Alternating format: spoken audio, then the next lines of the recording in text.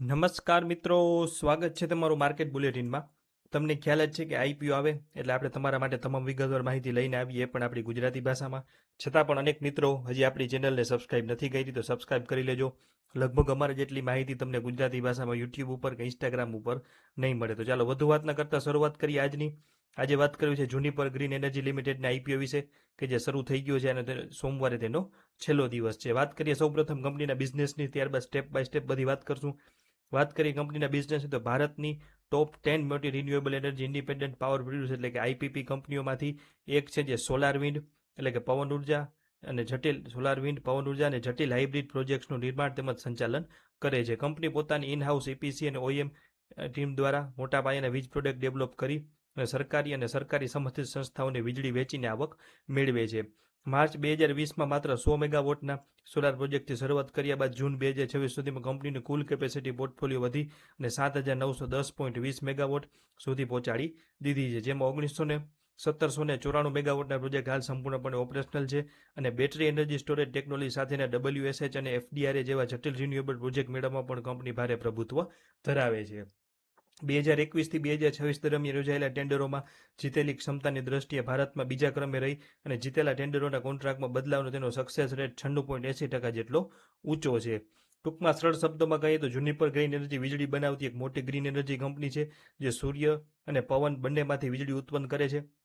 જૂન 2026 સુધીમાં કંપની પાસે કુલ 1794.80 મેગાવોટના ચાલુ વીજ પ્રોજેક્ટ છે, જેમાં સોલાર અને પવન શક્તિઓ ઉપરાંત બંનેને ભેગા કરીને બનતી હાઇબ્રિડ વીજળીનો પણ સમાવેશ થાય છે. આ સિવાય જ્યારે સૂર્ય કે પવન ન હોય ત્યારે વાપરવા માટે કંપની પાસે 503.20 MWHની મોટા બેટરી સ્ટોરેજની સુવિધા પણ છે.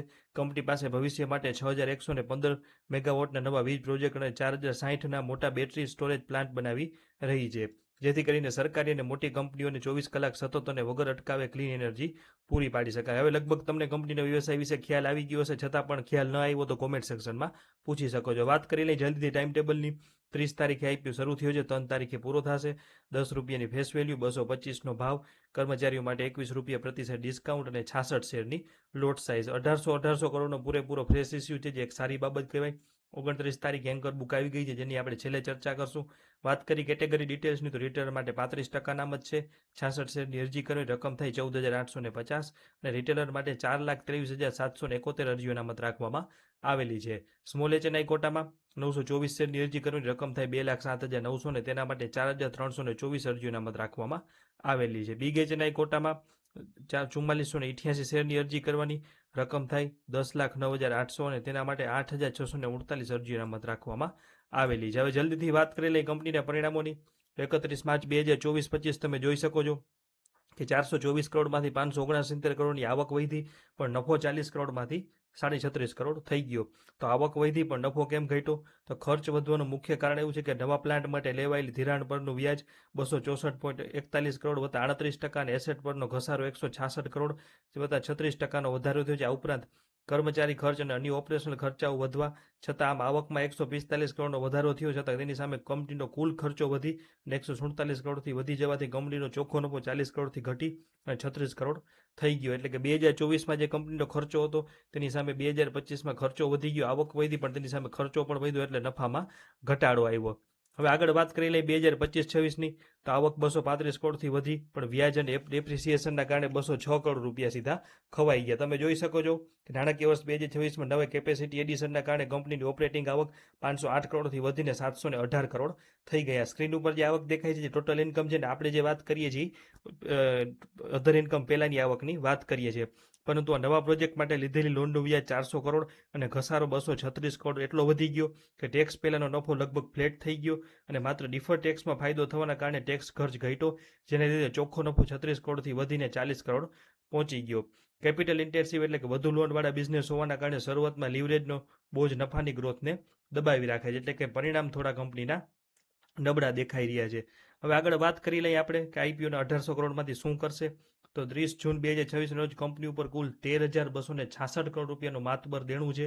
આઈપીઓના ભંડોળમાંથી કંપની 683 કરોડ પોતાની લોન ચૂકવણી અથવા પ્રીપેમેન્ટ માટે વાપરશે, જ્યારે 728 કરોડનો ઉપયોગ કંપની પોતાની 3 મુખ્યત્વે સબસિડીના ઉપયોગ માટે કે તેના ધિરાણનું કરજ ચૂકવવા માટે ઉપયોગ કરશે અને તમામ ચૂકવણી નાણાકીય વર્ષ 2027 સુધીમાં પૂર્ણ કરવામાં આવશે અને બાકી રહેતી રકમ કુલ રકમની 25%થી વધુ નહીં હોય તે સામાન્ય કોર્પોરેટ હેતુઓ માટે વપરાશે. ટૂંકમાં આઈપીઓમાંથી મેળવેલા 1800 કરોડમાંથી લગભગ 1412 કરોડ કંપની લોન ચૂકવવામાં વાપરશે, જેનાથી કંપનીના માથેથી થોડોક વ્યાજનો મોટો બોજ હળવો થશે અને ભવિષ્યમાં નફાકારકતા તેમ બેલેન્સ શીટને થોડીક સ્થિતિ મજબૂત થશે. હવે વાત કરી લઈએ કંપનીની 5 સારી અને 5 નબળી બાબતોની.